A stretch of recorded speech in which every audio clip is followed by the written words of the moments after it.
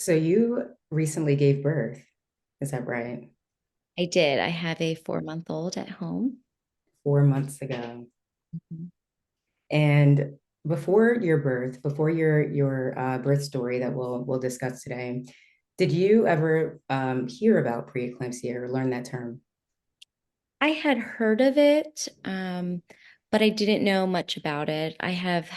This is actually my third child, and I had not experienced preeclampsia before, so it wasn't something on my radar. And so tell us a little bit about how you learned about preeclampsia from your own experience.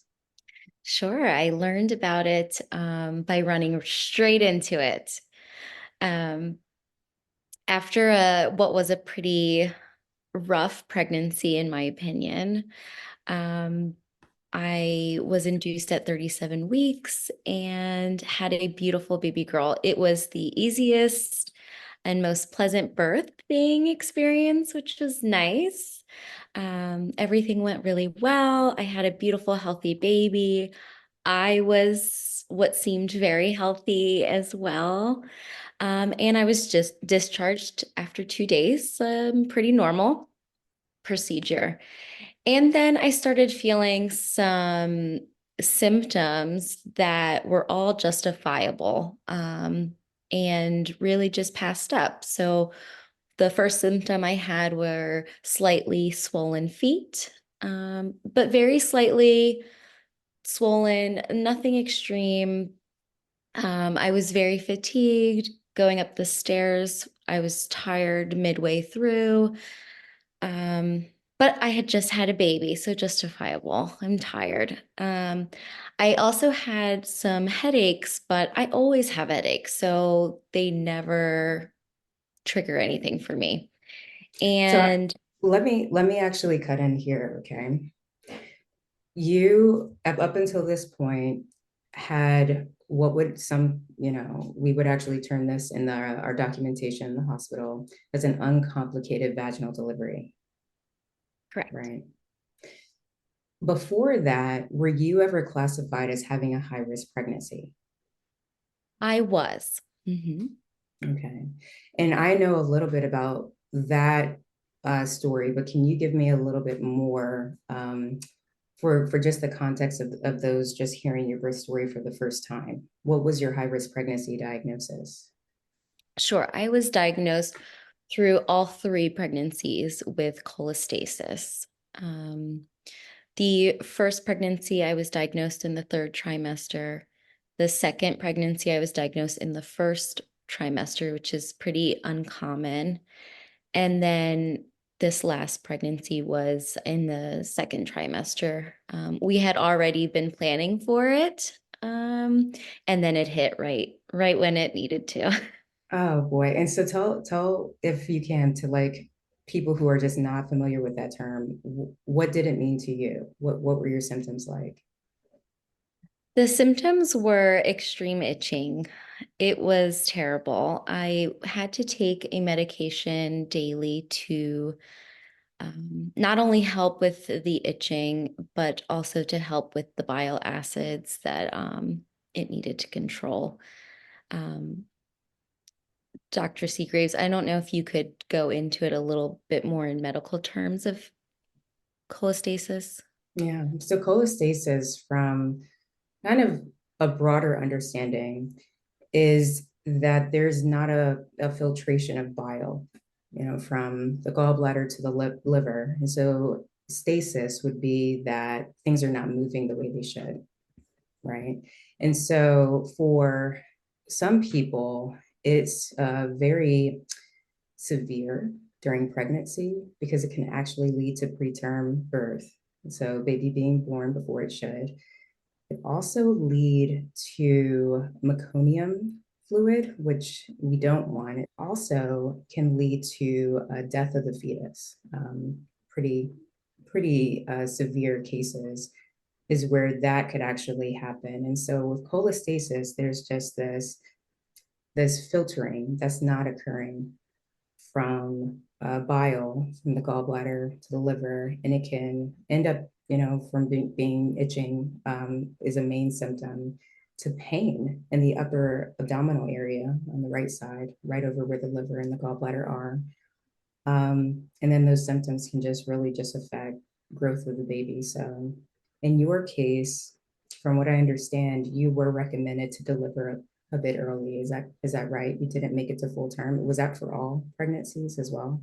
For all, I was induced at 37 weeks for all three pregnancies. And you had a vaginal delivery for all three, or tell us a little bit about that. My very first pregnancy was in a C-section, so because of fetal stress.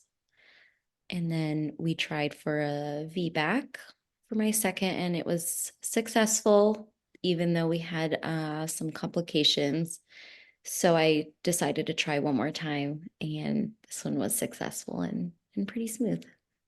And so this birth was actually pretty smooth compared to your first one, which was a C-section, your second one, which is a VBAC with complications, and this one, it was actually pretty smooth in The terms of the delivery, delivery. the pregnancy, I would label as the worst, because on top of the severe cholestasis, I had a 5 week full blown 5 weeks of nausea and vomiting in the beginning. It was awful, as well as appendicitis. So appendicitis hit at week 9, so also right in the beginning, then started the cholestasis. And then I ended the pregnancy with symphysis diastasis, the pelvic pain that was maybe the worst. It was worse than the cholestasis, to be honest. Let's were you walking at this time? Were you just in agony? What was that like? Yeah, I cried a lot because I couldn't lift my left leg without being in severe pain. Mhm. And I couldn't roll over in bed without being in severe pain. It was awful. So Alexa, when they decided, okay, 37 weeks, this is about as far as we want to go to, reduce the risk of fetal distress. Probably also considering that you were just in agony at that point. You were just having pain with just moving, just rolling out of bed, getting out of bed. Um, you delivered at 37 weeks. Was there anything during the delivery that, that happened that, was off at all? During the delivery, everything seemed to go really well. They did the usual, let me see, they did the balloon, they did the Pitocin, the epidural, everything seemed to be going fine. Um, they did note that I had one mildly high blood pressure during delivery. I think that that's reasonable, I think. And then other than that, no, everything went well. The delivery was nice. Everything post and the 2 days following were great. Okay.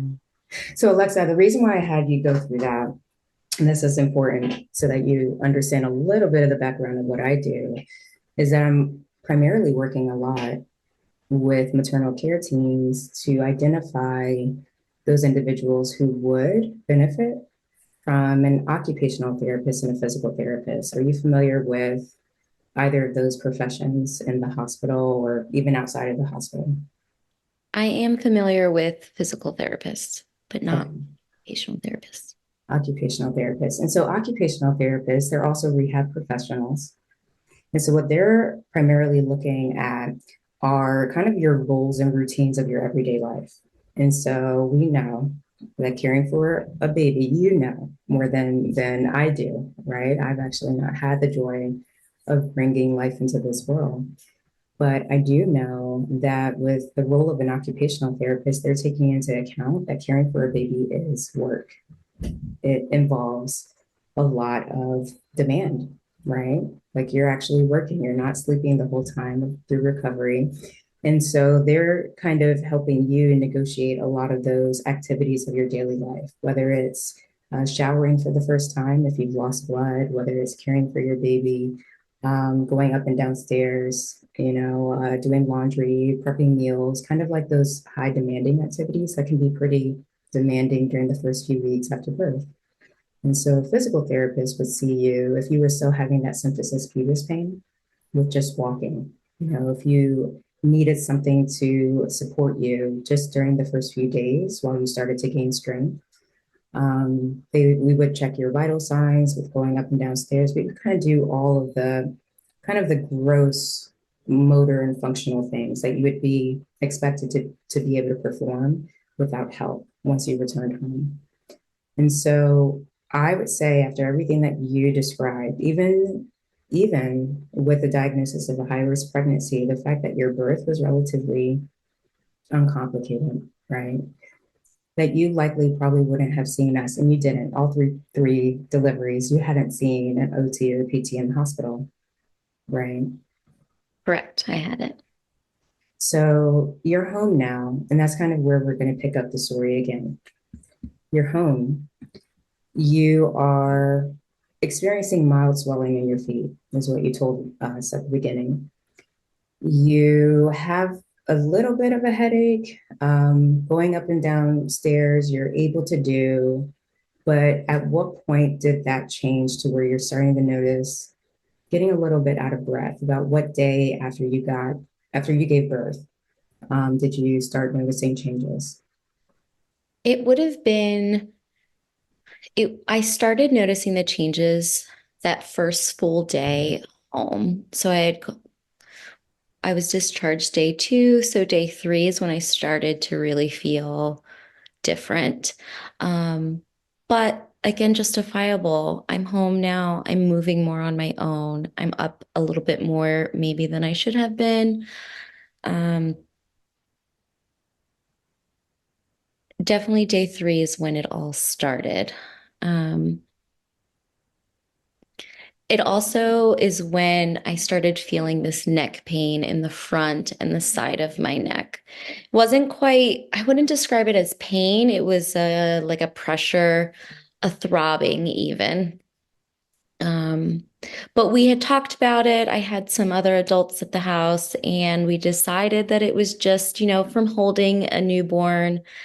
I hadn't done it in 2, 3 years. So it was just a new strain, but it wasn't. It was true pressure and throbbing in my neck. So this is day 3. This is the day after you went home. That's when it started. And then the next day is when my sister had contacted me to send her my vitals.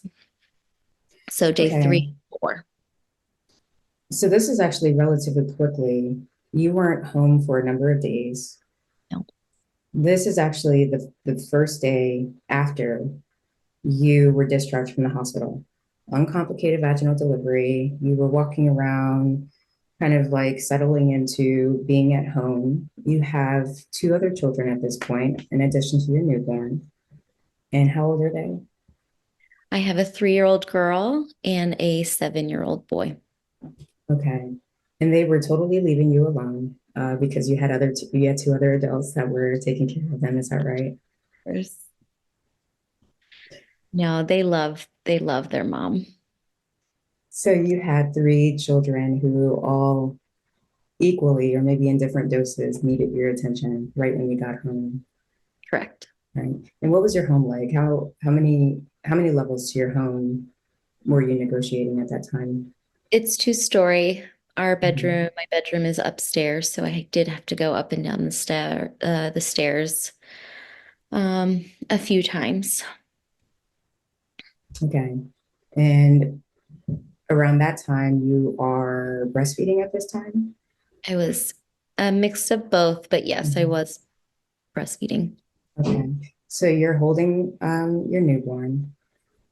You and the other 2 adults, and who are they? So my husband and then both of our mothers were here. So my mother and my mother-in-law.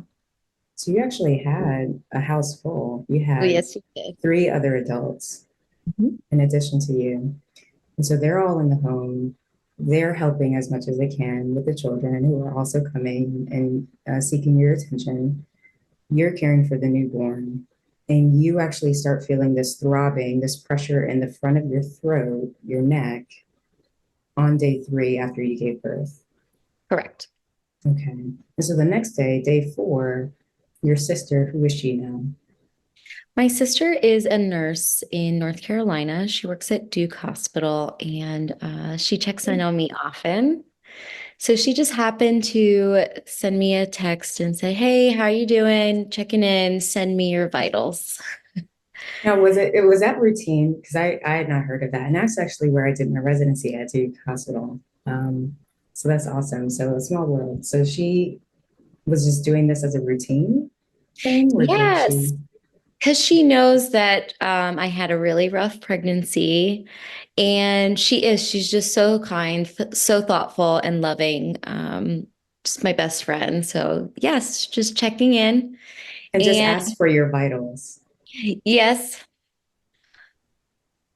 Alexa, I she have to say, I mean, that's not usual, even in families who have a health care provider in the home now. But did she work in OB care? she does not. She works in critical care in the ICU. How do we get that message out? Like just to even have just a family member ask for that kind of information. That's another piece to this puzzle, but that's phenomenal. So she's asking for your vitals and doesn't know your symptoms just yet, or does she? I don't recall. I think I just told her I'm tired, the usual headache. And I think I did maybe mention a little bit of the neck pain, but yeah, just send me your vitals. And I said, okay, I will in a little bit. And I actually took much longer than I should have to send it to her because I had things to do. Okay. And so at this point, do you have any swelling in your face, your hands, or anywhere else other than your feet? Looking back at photos, you can tell that I was swollen. However, not noticeable enough to say, oh, that's swelling from an issue instead of just swelling from just giving birth and being pregnant. Okay. You had headaches, but were they like throbbing, and where were they? Like if you could think back 4 months ago, where were your headaches mostly? My headaches are usually in the front here. And that's where you were experiencing them about 3 or 4 days after you gave birth. Correct. Okay. Were you having any other pain in your abdomen, in your shoulder, anywhere like that? No pain in my abdomen. The neck pain, I remember saying it was like from my collarbone to my jaw. Mhm. And then just the headache. There was nothing else. And then you had shortness of breath. When Mhm. was that primarily occurring? Anytime I was moving. Anytime. So not just when you were going up and downstairs. That one was the worst. But yeah, just kind of going from the kitchen to the living room. I would sit down like, man, I'm tired kind of thing.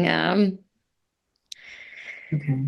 Now, so you Yeah, were taking your blood pressure at this time, like you were already actually taking your blood pressure from when you first got home, right, on day 2.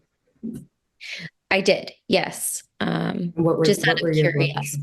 Yeah, what were they? So on day 2, I don't have it with me, but on the Sunday, so day 3 of the next day anyway, it was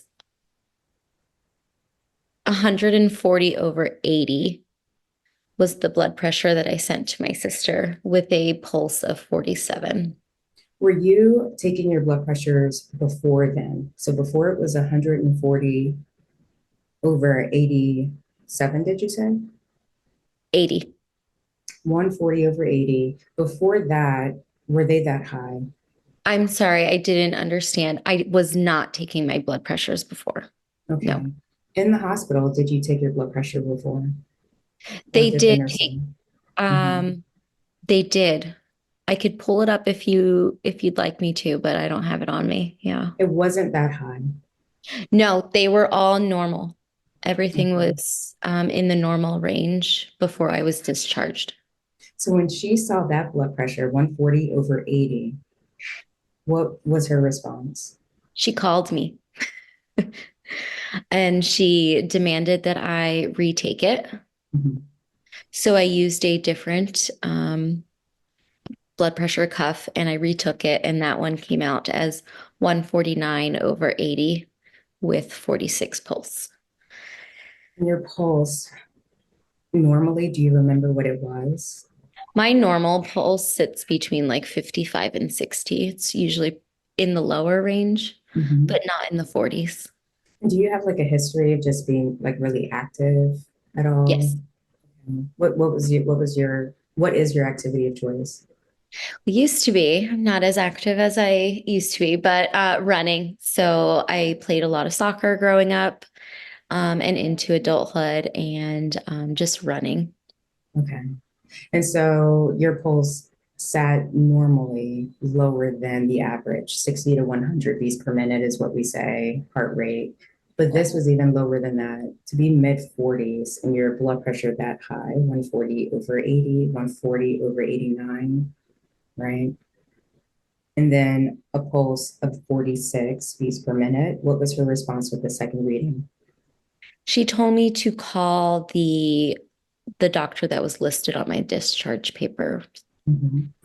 So I did that. I called them and let them know what I was having, and they asked me to do a third reading for them on the phone, and that one was even higher. It was 160 over 124. 160 over 124. And this is in the span of what time period would you guess? If you could 30 minutes. remember. So 30 minutes from the time your sister is calling, asking for your vital signs, getting you to call your doctor who was on your discharge paperwork, and then you retaking the blood pressure went from 140 over 89 at the highest, 46 beats per minute heart rate, to now 160 over 121. Did I hear that right? 160 over 124. 124. What's your pulse at this point? It was still in the 40s, 46-ish. Okay. And so what happened after that? She told me to come back to the hospital. There's a triage section in labor and delivery, and that's where I was told to go. In our hospital, we call that the OBED, or the emergency department for the obstetrics unit. And that's probably kind of the equivalent of where you went. And Sounds so when you got to the hospital, do you remember them taking your blood pressure at that point? Yes, and it was 159 over 88 Mhm. with a 47 pulse. I remember the doctor calling the emergency department and asking if I should be sent down there for cardiac uh, reasons. And they said to no, to keep me up where I was in labor and delivery, and that a cardiologist would come see me there. And they decided to admit me for postpartum preeclampsia and acute heart failure. So this diagnosis was on Correct. day four after delivery. At what point do you think your team could have helped you catch these signs, these symptoms, things that maybe now looking back at pictures, you mentioned you were swollen all over. You know, your sister was calling and checking in on you. You had three other adults in the house. But do you ever like think back at what point could the team have anticipated that this was happening? I do. I think there were so many opportunities looking back. Part of it was on me too. I didn't want to come off as complaining or, um, you know, I just wanted to be home with the baby. However, the family at home could have seen the headaches, maybe weren't normal headaches. They could have seen the swollenness and told me, hey, give the doctor a call. Um, Anyone could have said, hey, let's take your vitals the first day home. There was a lot that we could have done. Even a call from someone from the doctor's office to check in would have made a huge difference because I would have said these things that I was feeling, and they would have most likely said, that's not normal. Let's get you checked out. Um, there were so many times that an intervention could have been taken place. So you're in the hospital, you're admitted for preeclampsia, postpartum preeclampsia, Correct. and acute heart failure. And what medication are you given when you're in the hospital? I was given magnesium, an IV magnesium drip, Do you remember along how with long? other. So I'm so sorry. They were also giving me a few things for the headache. But what did you say? Do you remember how long you were on the IV drip for? It was several hours. I remember they gave it to me at nighttime, and then I had it overnight. It was the second day in though, because they weren't sure about giving me the magnesium because of the acute heart failure side of things. So they wanted to get that cleared first before putting me on the magnesium drip. So the whole first day that I was there, all Monday, it was all cardiac kind of thing. And then that Tuesday is when they started or later that day is when they started that magnesium drip. So they started it at night and it went all night, so overnight. And with the heart failure, I mean, that makes sense. Do you remember what labs they did to diagnose you with heart failure? I the only one that stood out was the BNP number, which was 705. I think you had mentioned that it's supposed to be 300, 400. Well, that's when you're definitely in heart failure, when it's above 400. But norms are usually anything below 1 to 200 is a normal BNP. And you were at 705. So that makes sense as to why they were addressing the heart failure first before putting you on magnesium. But then when they put you on magnesium, can you tell me a little bit more about your experience with that?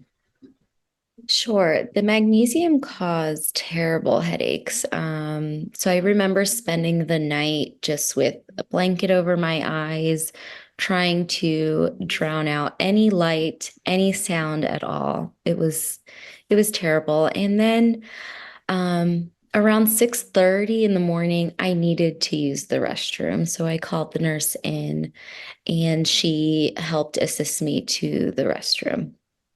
Do you remember still being connected to the IV at that time? I was connected. She did disconnect it before helping me to the restroom. Okay. The reason why I'm gonna ask you to kind of like walk us through as much as you can remember and then what you learned later um, is that I worked in the hospital and we had strict guidelines that uh, women were not supposed to be up and walking while on magnesium, right? So we had more of a less a policy that the nurses had. We didn't have to do anything as rehab therapists, as occupational or physical therapists. So they had bedside commodes in the room. Have you ever seen one of those or know what they look like? Not personally, no. Right. Okay. So in this hospital, I guess they didn't have that same policy. And so she disconnected you from IV mag, assisted you out of bed. And what do you remember after that? I remember walking extra slow to the restroom, and we got in front of the toilet, and I just remember looking at her and saying, "I don't feel well," and then I fell onto her. So I had a syncopal episode that they documented as 5 minutes long. And for you, that's your last memory, falling onto her. Correct. That's the last thing I remember. Did anything else happen during your hospital stay before you went home the second time that you can remember? After that syncopal episode, they ran all the tests that they could think of. So I was getting scans left and right.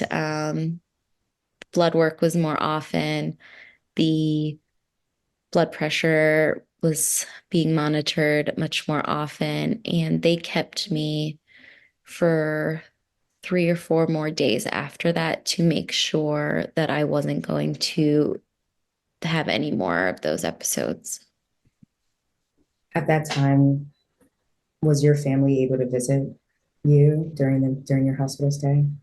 They could visit, but I was not allowed to have the baby with me unsupervised. So it was really hard on everyone. I couldn't have the baby there, and then my husband was back and forth because we had two babies at home, and it was the start of the school year. How did that affect you just mentally? Mentally, it was awful. I cried a lot. It was lonely. It was scary because I didn't understand a lot of what was happening. And then you go through this why stage, like why did that happen? Why was I allowed up? Um, what else could be wrong? Why didn't we catch any of this? It was just a very sad and lonely time that I think could have been prevented or less severe.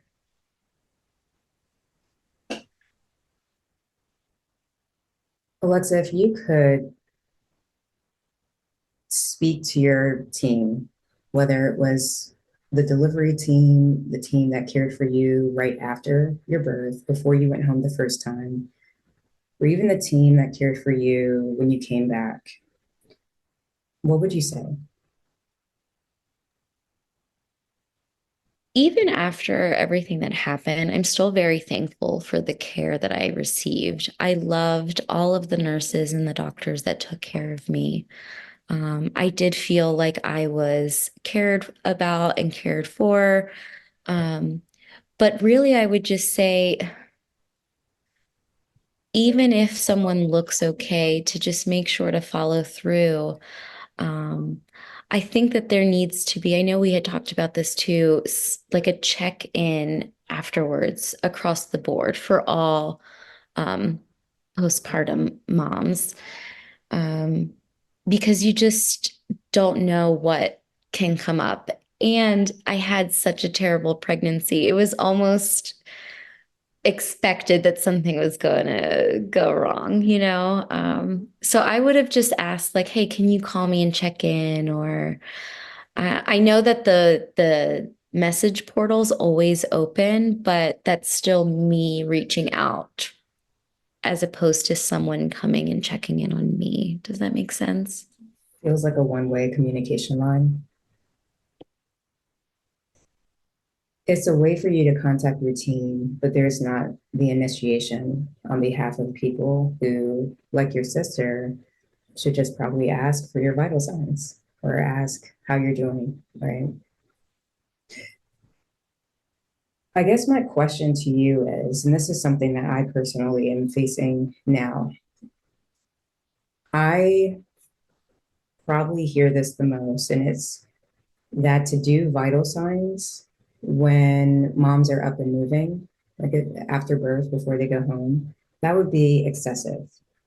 It would be kind of overuse of care and resources to be checking vital signs that often, especially if you had the delivery that you had, which was relatively uncomplicated. Looking back, what would you say to that kind of statement that it's excessive to be taking vital signs when someone is active? I would just disagree. It isn't excessive, and if it can help catch something, why not? Especially for those moms who slip through the cracks and are or seem fine. Um, we're just hanging out at the hospital anyway for a few days, so what's wrong with just popping in and taking a stroll, a walk around the unit, and checking your vital signs? I would have no problem with that. And if there are people who are, they could politely decline, right? But I would think that the majority would be absolutely okay with someone coming in to check on me and make sure that everything is where it should be. How about when you came back? Would you have expected that someone would have also just done that anyway before you went back home a second time? Yes, and they did. Um, they had me taking walks a few times a day and doing vital signs before and after. And did you feel like that is something that should be offered to every mom, or mostly moms who had the high risk pregnancy diagnosis, maybe an abdominal surgery? Like where do we differentiate who gets that kind of treatment and who doesn't? I absolutely think that is absolutely, I think it's doable for all moms who just delivered. If they are feeling okay, go for a walk around the unit and let's see how you do. Instead of, okay, hop in your car and go home. Good luck. Because Mm. you can pick up on something like that. And it's a simple walk around the unit. It's not far. There's a ton of staff around to make sure that everything's okay. If it could help pick up on something, why not? So Alexa, you're home now for the second time. How long did it take you to recover from all of this? I would say I was not back to normal for maybe 6 weeks after this. We were also very scared, so we were taking my vitals all the time now. Really being careful of what I was doing, and we made sure that I was taking extra rest, which was a good thing. Um, So you had even more like robust support, if not more people. You had just more people doing more for you. Is that right? Correct. Yeah. And More so you people to step up. were you cooking any meals? I was not. Were you doing any laundry? I was not. Okay. And with the children, other than kind of giving them the attention, they had someone that was helping them get dressed, helping them eat, meals like that. How about just showering? Did that feel like it was taxing, or was it relatively easy for you to do? It was taxing. It was it was exhausting. I remember showering, and while it felt wonderful to just get clean and be under the water, the hot water also was very tiring. Um, I remember showering and then always just wanting to go right back to bed for at least a week, maybe into the second week. Just from one shower? Hmm. Yeah. Now, Lexi, have you ever heard of metabolic equivalency of tasks? No. Why would you? Why would you have? Yeah. That's a term I teach a lot of occupational and physical therapists. It was actually taught to me by an occupational therapist. And so those professions, they don't get a lot of fanfare. You didn't even know what an occupational therapist did you? Not really, no. And OT had to teach me that there's these activities that we all do, every human being. And there's an energy demand from every activity, from running a mile to running 7 miles to pushing a baby stroller up a hill to washing dishes and to showering with a hot shower. And I learned from that table of metabolic equivalency of tasks is that standing in a hot shower was as demanding energy wise. Like it took more, like as much energy as jogging at 3 miles an hour. Does that sound about right? That sounds about right. Yes, So just standing in a hot shower for you made you want to go to bed and rest for about a week. it sure did. To bring this to full circle, I'd like to ask you something just based on your knowledge now, 4 months out. I know that you've worked with physical therapy before outside the hospital, right? Given your experience, if there was a possibility that an OT, now that you know what an OT or an occupational therapist does, or a physical therapist, if there was an opportunity for that individual to come in and check on you in the hospital or in your home, what would you hope they covered or they did with you? I would hope that they would compare how I'm doing sitting or laying in bed and how I am walking around the unit, making it as normal, as close to as normal as I'd be at home, with some movement, holding the baby even, um, and just comparing and making sure that everything's working properly, everything's in the normal range before I leave the hospital. Also some education too. I didn't know what to look for. I was on baby number 3. I'd never heard of anything neck related to look out for postpartum. So just really just checking in on my vitals, making sure that I seem pretty good to go, and telling me more about what I should look for would have been helpful. At home, if an occupational therapist would have suggested, here is a chair that you can sit down on in the shower, would you have liked that option? Shower chair or shower seat? I would have looked at them maybe like, I don't know if I need that until my first shower. Then I would have said, "Oh, I need that." So you would have at least like someone to try. Yeah, throw it out there. You don't know who will take that advice, right? And me personally, while I likely wouldn't have taken that advice that first time, it would have been in my head, and I would have said for my second shower, my husband, I need you to go get me something to sit on because this is just truly too much. Yeah, Just showering was too much. yeah. Alexa, thank you so much for your story, Of course. for just sharing your experience, for all of it. If you don't mind, I'd like to have you stay with us as I kind of go through some of the closing thoughts that I have. And if you feel inclined to chime in based on what I say next, please do so. Feel free. I found that maternal care looks a lot like, and this is just from my experience, but our reaction to when someone loses a loved one. And it sounds so weird because those are two opposite events. One is bringing a baby into this world and you're really happy. And the other, you're losing someone. And the reaction I find from healthcare is that we don't want to impose. We don't want to cause that person to feel overwhelmed. So we actually withhold a lot of that attention that we would otherwise give, almost to the detriment of that person.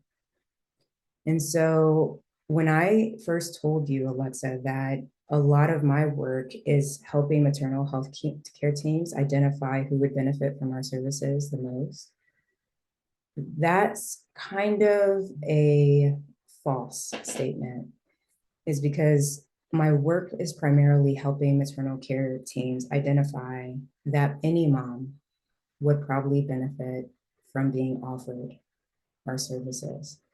Offered a bedside commode if they were put on an IV magnesium drip, because getting up and walking would put them at risk for what we call exertional hypotension, what you experienced, passing out and falling into the arms of your nurse, had she not been there, you would have fallen to the ground. I say that OTs and PTs offering their services in the home would actually be welcomed by the majority of moms because they don't know what they don't know. And they don't know that taking a hot shower is just as taxing as running 3 miles.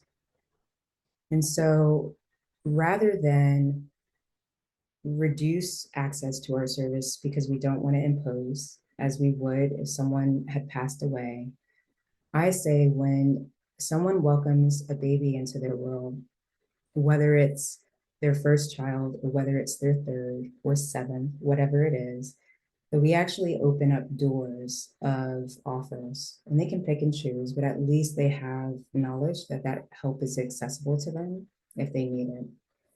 And so in your case, what I would have done is had an OT and PT visit you, just even to say hi or introduce themselves as being members on your team. And hopefully from your maternal care team, either a nurse or the doctor themselves calling you, which you also identified as something that would have been helpful. I will say this, I guess, before you go. Have you encountered anyone else who is pregnant or expecting at this time? I just found out that a coworker of mine is expecting. How would you just go about with not scaring people with your experience? That's something I really want to work on. I think in 2024 is I've seen and I know too much now, but I still want to really celebrate this experience in someone's life. So how do you educate without scaring? That is a great question. And it is exactly the question that I have because I haven't gone further than just the congratulations stage with her because I don't want to scare her, but I also want her to know what to look out for and to really advocate for herself. So I haven't decided how to go about that yet, but I am going to because it was just such a terrible experience. And maybe I can keep details to a minimum, but to really encourage her to reach out if anything doesn't feel normal or something feels off. Um, Also, let her know that I'm available. So you can call me if you need anything. I just went through it. Contact me. Um, but really to watch out for herself. Would you recommend having a doula, even a postpartum doula that would likely call? You had an experience. You had not had experience with the doula either I of have your not. pregnancies. Okay. Correct. More to come on that, Alexa. I ponder this a lot because that's kind of the message. Message is in this is behind the scenes and it's we want it to package it up and not let it be scary, but we do want the message to get out that there's a bigger team that you might have to create before you even walk into the hospital. And that's okay. Wonderful. Thank you for your time. Of course.